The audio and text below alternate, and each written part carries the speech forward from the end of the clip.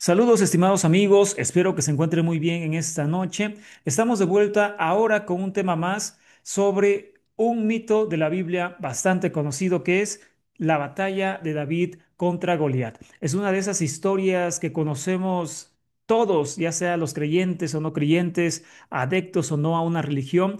Es de ese tipo de leyendas que se volvieron un ícono dentro de la cultura occidental.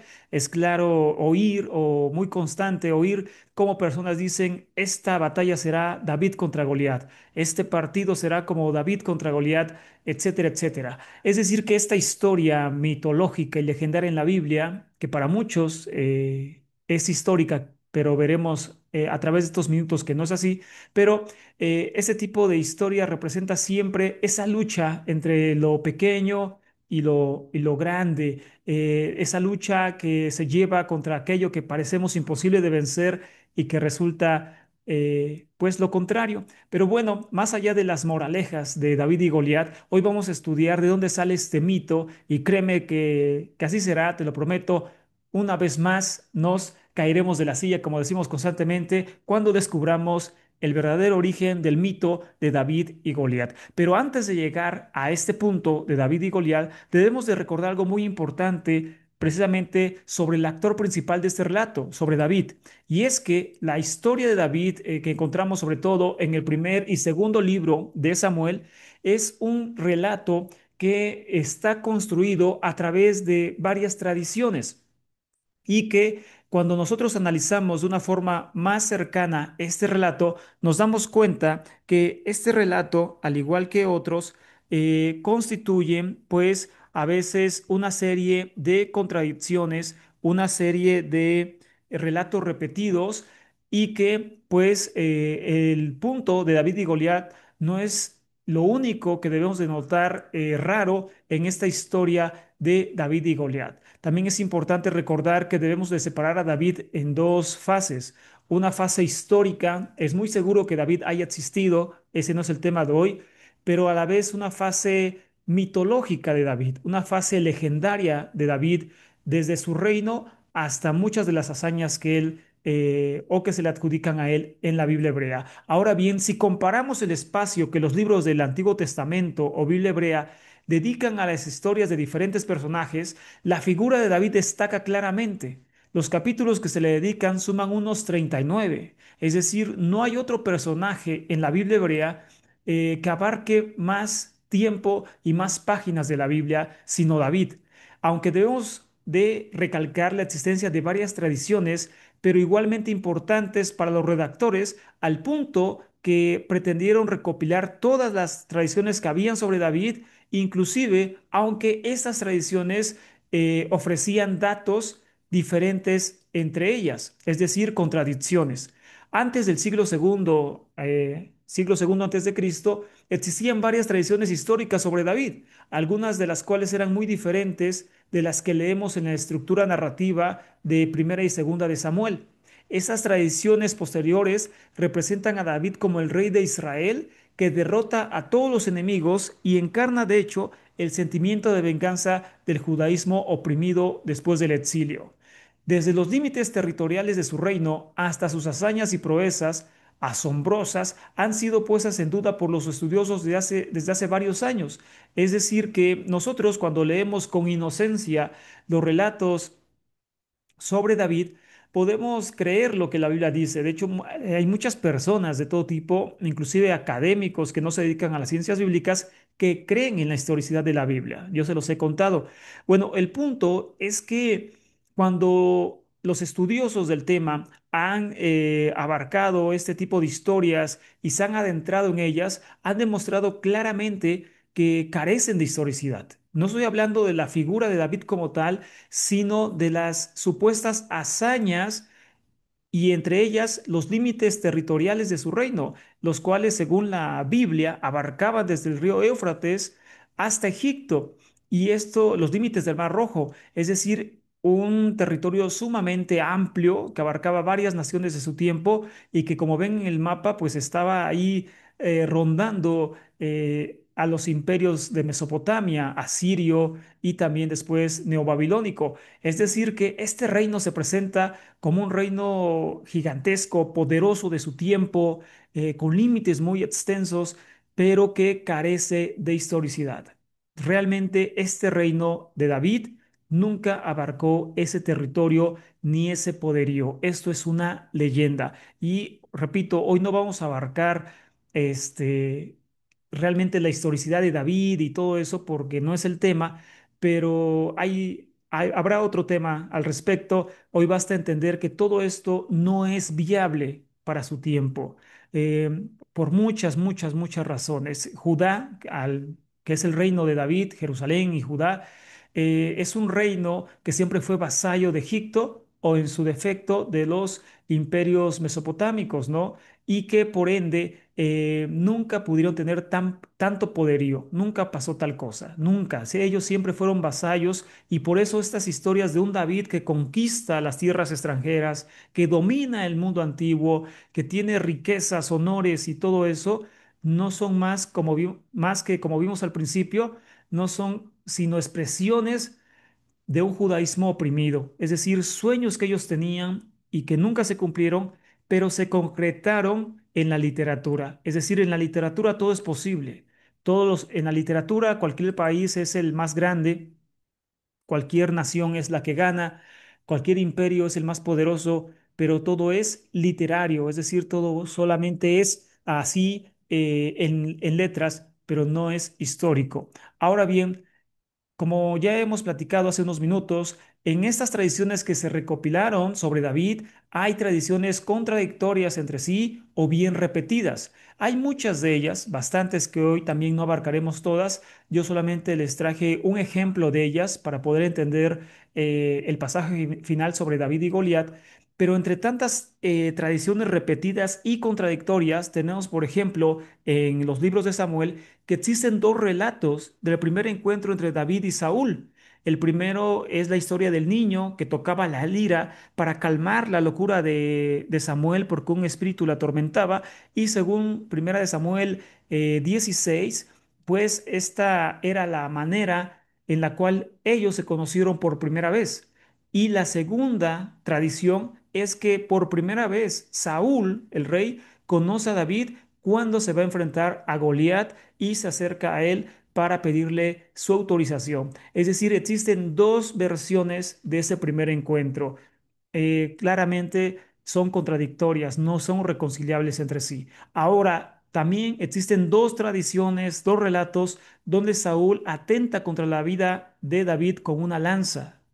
Dos relatos donde Jonathan sugiere que David debería de esconderse. Dos relatos donde David perdona la vida de Saúl mientras él duerme, que parecen repeticiones, pero no son así. Son, bueno, en parte son tradiciones que se contaron de dos maneras diferentes y que aparecen a fin de cuentas en la Biblia. También aparece la muerte de Saúl, que se narra dos veces, con pequeñas diferencias. Y también la muerte de Saúl se narra dos veces que se contradice entre sí.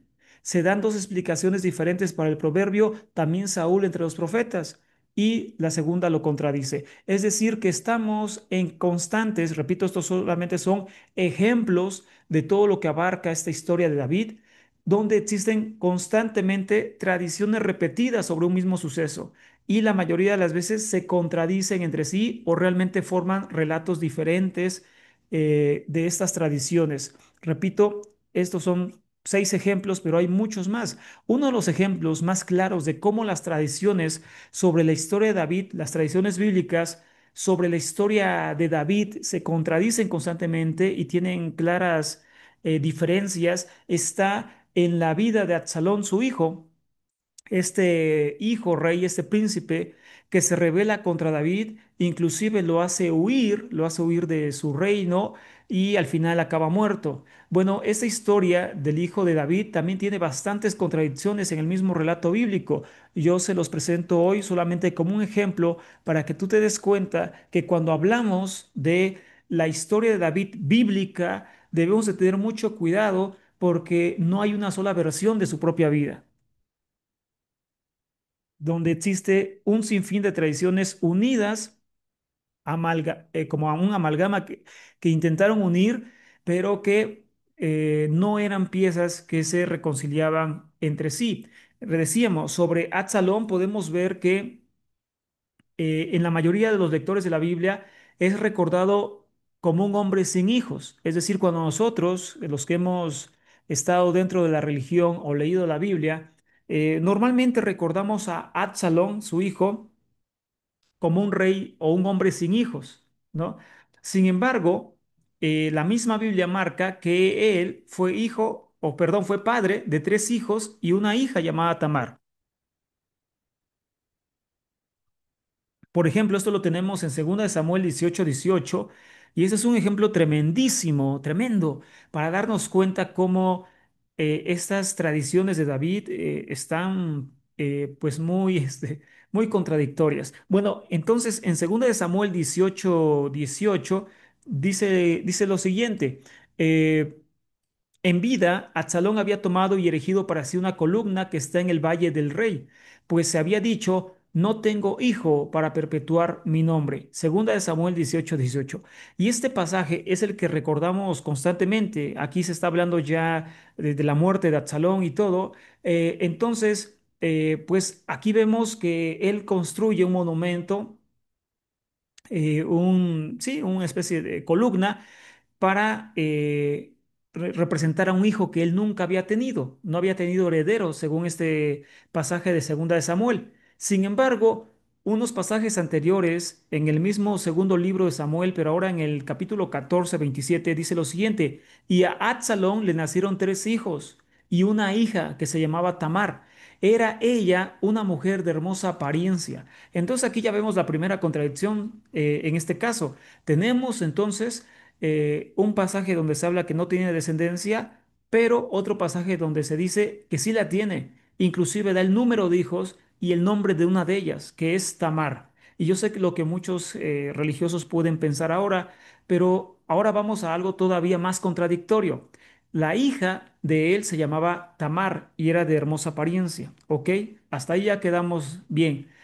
Ahora viene otro problema. Esta misma Tamar, esta misma mujer, se señala después como hermana de él y no como su hija. Entonces aquí empezamos otra vez con una nueva tradición mezclada.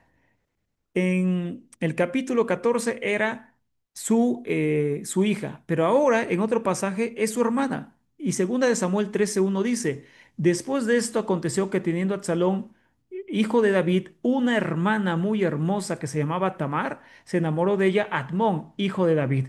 Y ahí aparece esa historia donde supuestamente abusan de Tamar y Absalón mata a su propio hermano y huye del rey. Bueno, el caso es que tenemos otra vez una tradición dentro de otra contradiciéndose. Primero, un hijo de David que no tiene descendencia, después el mismo hijo que sí tiene descendencia, que tiene una hija hermosa llamada Tamar, después otro pasaje que dice que no es su hija, ahora es su hermana, Tamar, la mujer hermosa, y así sucesivamente. Pero viene algo peor, o por decirlo así, algo todavía más turbulento. Podemos añadir a esta historia de Absalón que existía otra hija.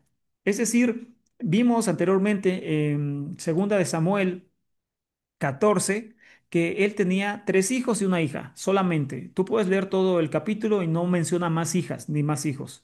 Tres hijos, una hija llamada Tamar. Pero después aparece otra hija, es decir, le sale otra hija a Absalón y esta hija se va a llamar Macá, mencionada dos veces en Primera de Reyes, capítulo 15, y después en Segunda de Crónicas 11:20, donde dice: después de ella tomó a Maca, hija de Absalón, y ella le dio a luz a Abías, a Tai, a Sisá y a Shelomit. Es decir, aquí ya aparece otra hija de Absalón. Es decir, entonces estamos, pues, en un sinfín de tradiciones que no se reconcilian entre sí. Primero tenía una hija, después no era su hija, era su hermana, después aparece con hija, pero ya no se llama Tamar, ahora se llama Macá. Entonces, ¿hacia dónde nos vamos? La verdad no entendemos. Y bueno, sí lo entendemos, son tradiciones encontradas, diversas, mezcladas entre sí. Ahora, el punto que nos trae aquí esta noche es saber quién mató a Goliat. ¿no? Y parece esta una pregunta muy sencilla. ¿Quién mató a Goliat? Pues alguien va a decir, bueno, es obvio, quién mató a Goliat es el rey David. Eso dice mi abuelita, eso dice mi pastor, eso digo yo. David mató a Goliat. Bueno, incluso las personas con un conocimiento mínimo de la Biblia recuerdan la historia de la derrota del gigante filisteo a manos del joven David con su honda en la mano. Este relato se encuentra en el primer libro de Samuel, capítulo 17. Y además de este pasaje de Samuel, existen otros relatos que registran esta batalla contra el filisteo. Es decir, dentro de la Biblia se vuelve a recordar este suceso de la batalla contra el gigante en primera de Samuel 21, donde David está huyendo del rey Saúl y entonces llega a la tierra de Nob, tierra de los sacerdotes, y entonces el sacerdote Ahimelech le responde, ahí está la espada de Goliat del Filisteo, a quien mataste en el valle de La. Es decir, aquí se vuelve a mencionar el episodio de David, como confirmando que realmente él había matado al gigante Goliat. Dentro del testimonio extrabíblico, dentro de lo que cabe, o más bien apócrifo, aparece referenciada esta situación de David, de su victoria en un salmo que no aparece en la Biblia, versión masorética, que es el Salmo 151. Sí, escuchaste bien, existe un Salmo 151. En las Biblias comunes aparece solamente hasta el 150. Este Salmo 151 aparece solamente en la versión griega Septuaginta. Y este Salmo 151 precisamente habla sobre la victoria de David sobre Goliat. No lo puse acá, te lo leo rápidamente. Lo puedes encontrar en internet, este salmo. Y en el verso 6 del Salmo 151 dice, yo salí hacia adelante para encontrarme con el filisteo y él me maldijo por sus ídolos, pero yo desenfundé su propia espada y lo decapité y removí el reproche de los hijos de Israel. Y la descripción de este Salmo 151 en la versión Septuaginta dice, este Salmo, uno genuino de David, no creo, pero bueno, este Salmo, uno genuino de David, a pesar de que es supernumerario, está compuesto cuando él peleó en combate contra Goliat. Es decir, que aquí vemos que en la versión Septuaginta aparece otra referencia a esta batalla. También la historia se menciona una vez más en la Septuaginta, pero en el Salmo 144, en la descripción del Salmo 144 que se adjudica a esta batalla. También en los rollos de los Salmos de Qumran, del Mar Muerto, la derrota de Goliat se menciona al comienzo de otro salmo que no aparece también en la versión masoreta, es decir, la versión que tenemos normalmente en las Biblias y que es la versión canónica, y aparece en las únicas palabras que se encontraron de este salmo y que dicen lo siguiente: comienzo del poder de David, después de que el profeta de Dios lo ungió.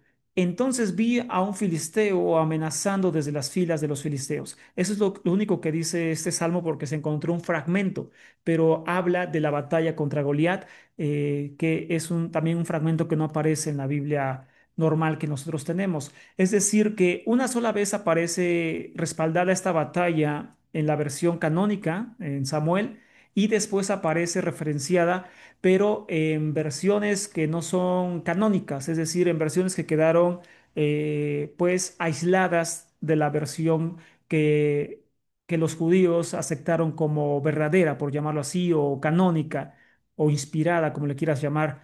Bueno, ¿por qué digo esto, estimados amigos? Porque parece decir entonces que sí, que David había matado a Goliat, ¿no? Hay un respaldo bíblico, hay un respaldo inclusive apócrifo sobre esta batalla, pero pasa lo siguiente. Nosotros encontramos un versículo aislado que nos hace preguntarnos quién mató realmente a Goliat.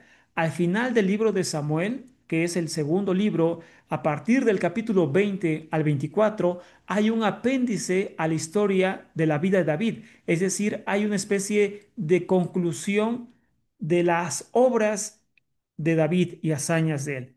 Así que en la última parte del libro de Samuel, antes de que viniera Salomón a suceder a su padre, aparece toda la historia de David resumida, y dentro de toda esta historia ya final de David resumida, aparece en el centro de él una sucesión de cuatro relatos breves donde aparecen relatos heroicos atribuidos a soldados de David. los valientes de David, que derrotaron a los filisteos dentro de esta anotación final de Samuel, a partir del capítulo 21. Bueno, lo interesante es que dentro de estos relatos de los valientes de David, como sabes, aparece el siguiente pasaje.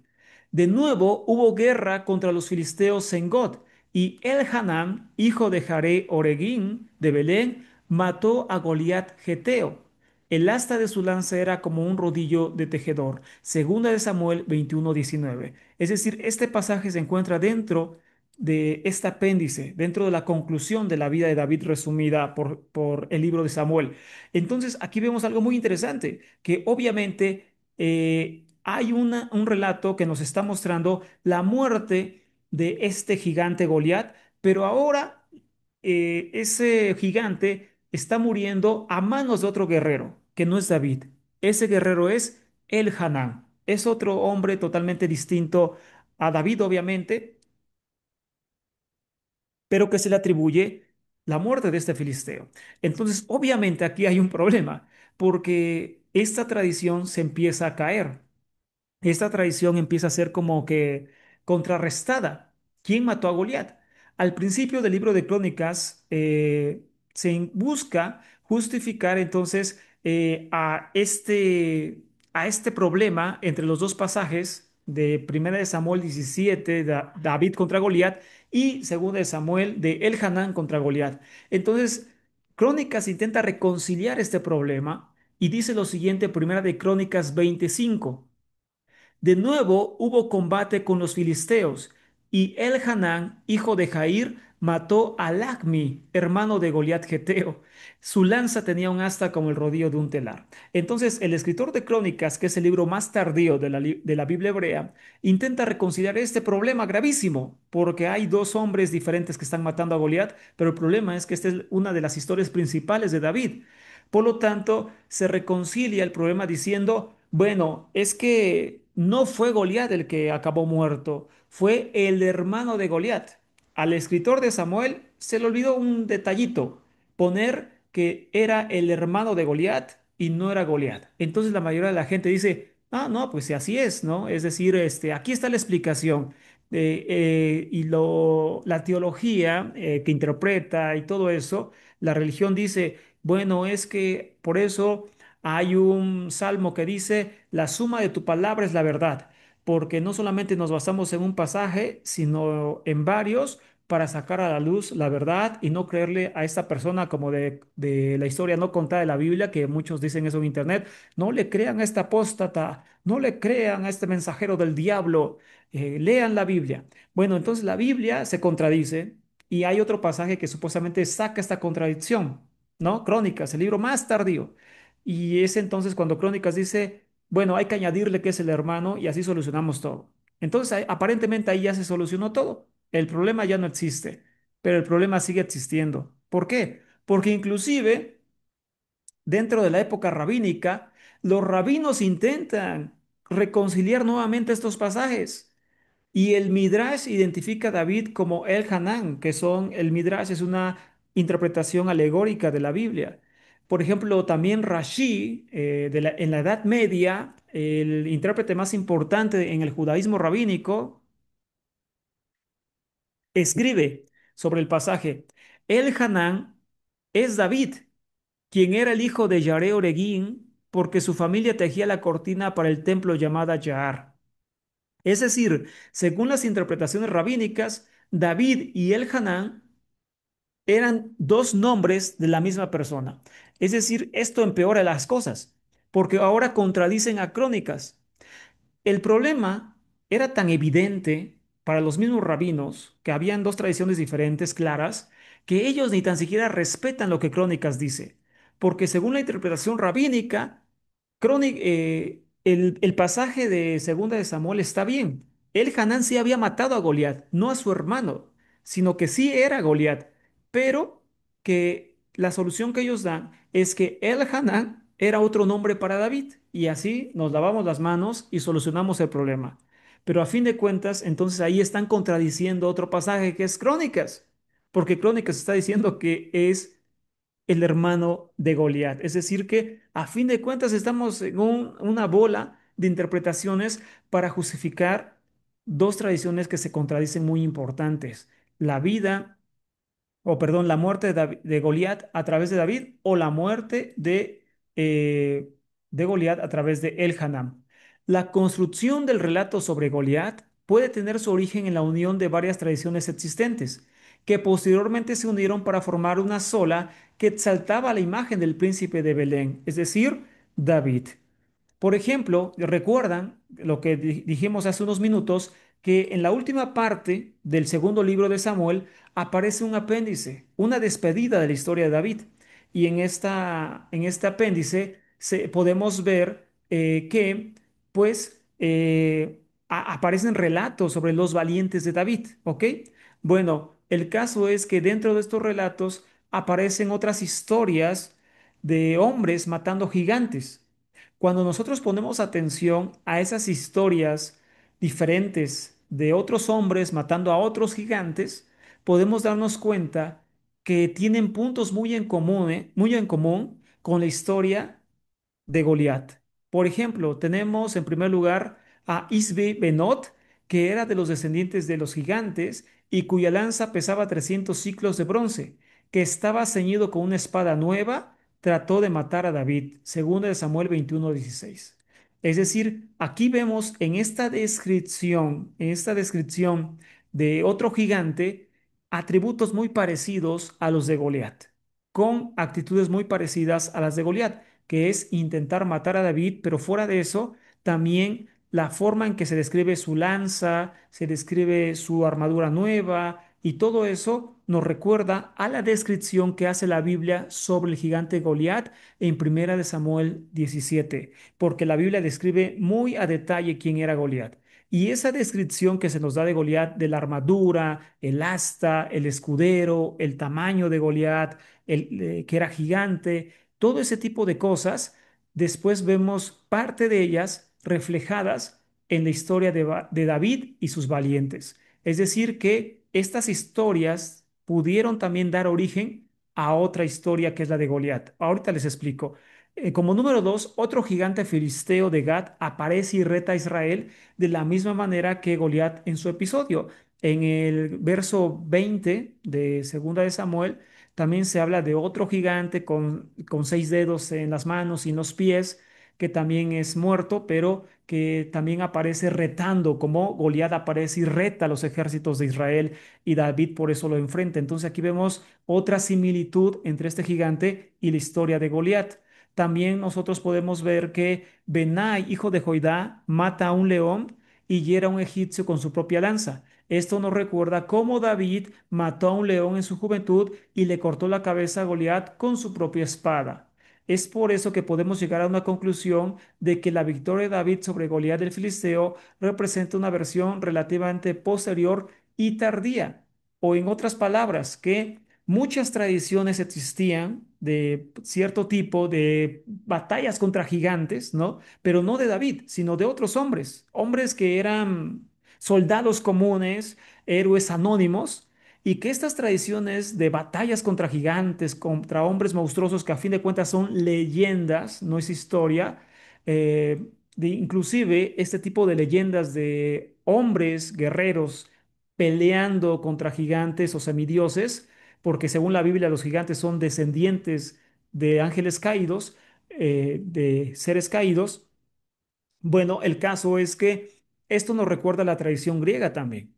Recuerden que esos pasajes también fueron confeccionados seguramente en otro tiempo ya tardío, pero fuera de eso, hay un espejo en la cultura griega donde esto es muy común, donde héroes se enfrentan hacia semidioses, hacia gigantes, hacia monstruos, cíclopes, etcétera, titanes, como ellos les llamaban, etcétera. Es decir, en la cultura griega, como ya vimos el Génesis 6, que está también como que reflejada la cultura griega de dioses cayendo y copulando con mujeres, esto era el pan de todos los días entre los griegos. Esta historia también tiene un espejo griego, donde hombres guerreros como de Troya, etcétera, pelean contra semidioses, gigantes, ¿no? Monstruosos, por eso los describen tanto como monstruos. porque es algo muy típico también de la cultura griega. Pero fuera de eso decimos, hay leyendas, había leyendas, varias tradiciones de guerreros peleando contra monstruos. Bueno, de estas tradiciones fueron tomados fragmentos seguramente para después crear un solo monstruo que era Goliat. Y el guerrero que mataba a ese monstruo encarnado, superior a todos, el mayor de los filisteos, el mayor guerrero, el campeón guerrero filisteo, era sin duda el rey David. David era aquel que acababa con ese guerrero y que, por supuesto, se le confeccionó toda una historia alrededor de eso. Es claro que esta construcción de David contra Goliat no es legendaria, perdón, no es histórica, es mitológica, legendaria, si lo quieres ver así, y que fue compuesta en un tiempo ya tardío, donde se intenta resaltar la imagen de David. Como ya vimos al principio, David es el hombre más mencionado en la Biblia hebrea. 39 capítulos hablan de él, muchos, demasiados, porque se convierte en la imagen del judaísmo naciente. Por lo tanto, la imagen de David debe ser acrecentada. Su reino debe ser magnificado, exagerado. Sus victorias y hazañas deben ser exageradas.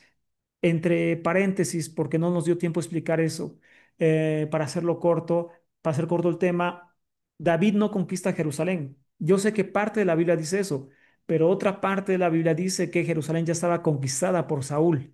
Es decir, también se le atribuye la conquista de Jerusalén, que seguramente tampoco hizo eso, un reino que tampoco abarcaba tanto, hazañas como a matar gigantes que tampoco hizo, entre tantas cosas. Y esto pasa pues porque se intentaba construir una imagen magnífica del rey David y con ello ser ese gran rey que se esperaba viniera después del exilio babilónico a través de sus descendientes, el Mesías, y que de esta forma volviera a establecer, que hasta la fecha se espera en el judaísmo, volviera a establecer ese reino grandioso, magnífico, respaldado por Dios, porque en la historia de David y Goliat se recalca que David no usó armas, solamente el poder de Dios, ¿no? Tú vienes aquí con espada y lanza, mas yo vengo en el nombre de Yahvé de los ejércitos. Se recalca el poder divino sobre él. Y este pensamiento es muy importante en el judaísmo del segundo templo porque ellos quieren eso, un rey conforme al corazón de Dios, un rey que los libere, un rey que los saque de la opresión, un rey conforme a David, conforme al corazón de Dios supuestamente. Así que, en resumen y en conclusión, David y Goliat es un mito más de la Biblia con ciertos fines pedagógicos y que pues sirve para ilustrar la victoria en un niño.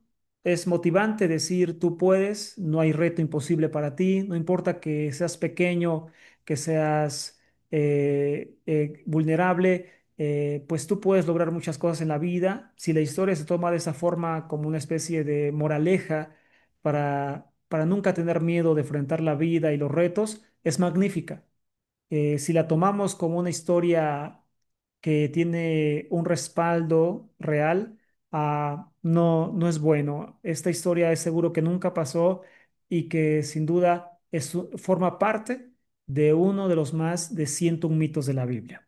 Hasta acá la charla de esta noche. Después seguiremos con más mitos de la Biblia.